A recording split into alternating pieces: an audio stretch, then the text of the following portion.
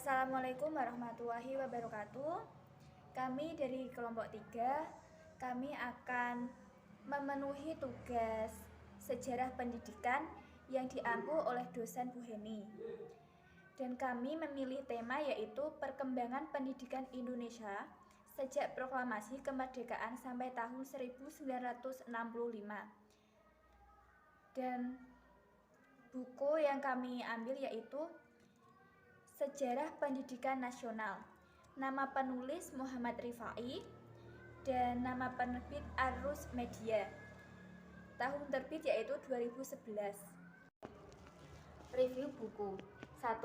Karakteristik perkembangan pendidikan Indonesia antara tahun 1945 sampai 1955. Pada masa itu, menghasilkan kurikulum nasional. Adapun susunan kurikulum tersebut adalah A. Pendidikan rendah, B. Pendidikan guru, C. Pendidikan umum. Adapun pendidikan rendah adalah sekolah dasar yang sejak awal kemerdekaan disebut sebagai sekolah rakyat. Pendidikan guru yaitu sekolah guru B yang disebut sebagai SGB, sekolah guru C atau SGC, dan sekolah guru A. Pendidikan umum ada dua jenis yaitu sekolah menengah pertama atau SMP dan sekolah menengah tinggi atau SMT. D. Pendidikan kejujuran. Pendidikan kejujuran di sini adalah pendidikan ekonomi dan pendidikan kewanitaan. Pendidikan ekonomi pada awal kemerdekaan, pemerintah baru dapat membuka sekolah dagang yang lama pendidikannya 3 tahun. E. Pendidikan teknik. Pendidikan teknik meliputi 1. Kursus kerajinan negeri atau KKN, 2. Kursus teknik pertama atau STP. STP bertujuan mendapatkan tukang yang terampil terapi, disertai dagang pengetahuan teori. Lama pendidikan ini adalah 2 tahun. Sekolah teknik bertujuan untuk mendidik tenaga-tenaga pengawas bangunan. Sekolah teknik menengah atau STM bertujuan mendidik tenaga-tenaga ahli teknik dan pejabat-pejabat teknik menengah. Pendidikan guru untuk sekolah teknik atau PGST bertujuan memenuhi kebutuhan guru-guru sekolah teknik. F. Pendidikan tinggi. Perkembangan pendidikan tinggi sesudah proklamasi kendati mengalami berbagai tantangan, tetapi juga tidak dapat dipisahkan dari perjuangan mempertahankan kemerdekaan dan merupakan salah satu kekuatan seluruh rakyat Indonesia. 2. Undang-Undang Pokok Pendidikan dan Pengajaran Nomor 4 1950 dan pelaksanaannya. Kurikulum A. Kurikulum pendidikan rendah ditunjukkan untuk menyiapkan anak agar memiliki dasar-dasar pengetahuan, kecakapan, dan ketangkasan, baik lahir maupun batin, serta mengembangkan bakat dan kesukaannya. B.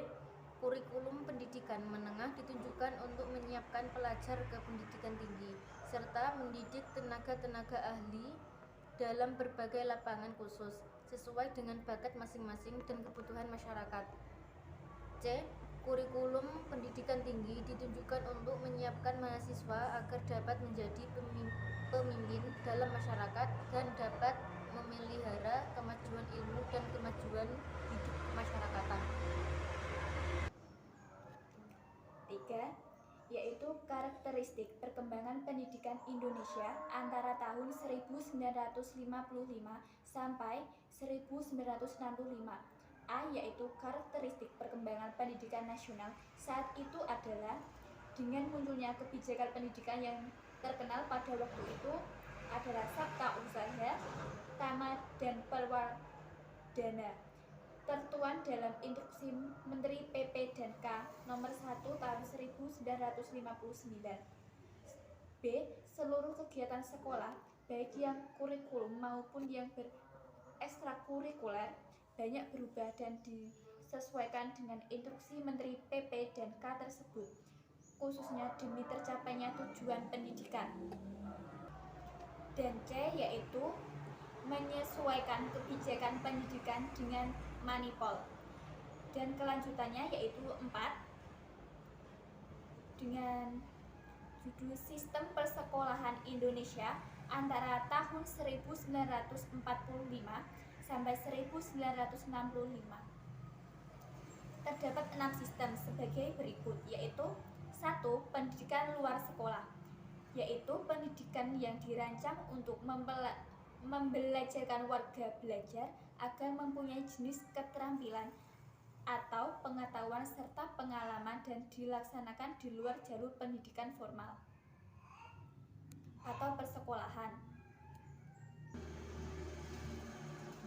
Dan B yaitu kurikulum sekolah dasar, yaitu pengertiannya kurikulum di sekolah dasar sebagai suatu rencana tertulis yang disusun dengan tujuan guna memperlancar proses kegiatan belajar mengajar. Dan C kurikulum sekolah menengah, berfokus pada analisis kritis dan pemikiran kreatif peserta didik. Peserta didik mulai terlibat dalam penalaran yang lebih tinggi, baik dalam ilmu, seni, maupun olahraga.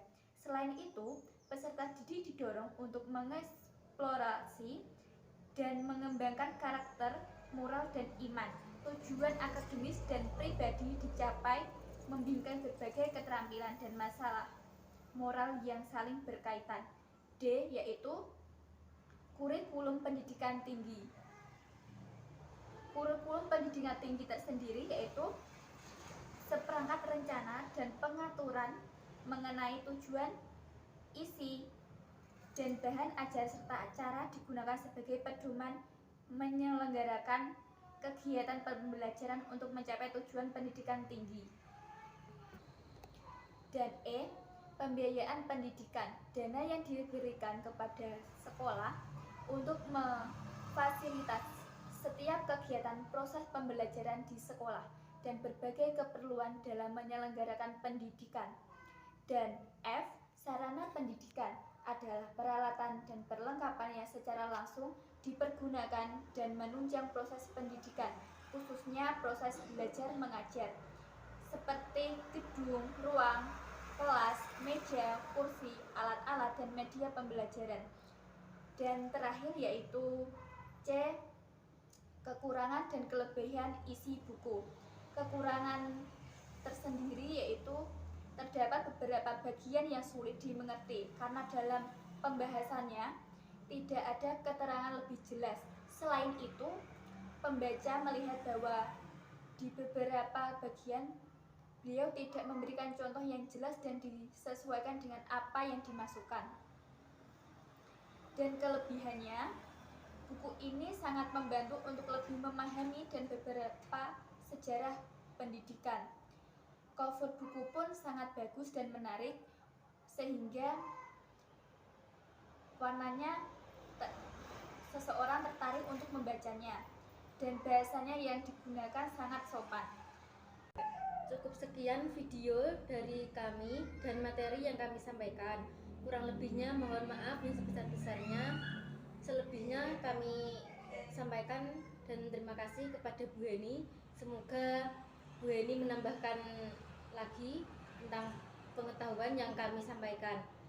Cukup sekian video dari kami. Wassalamualaikum warahmatullahi wabarakatuh.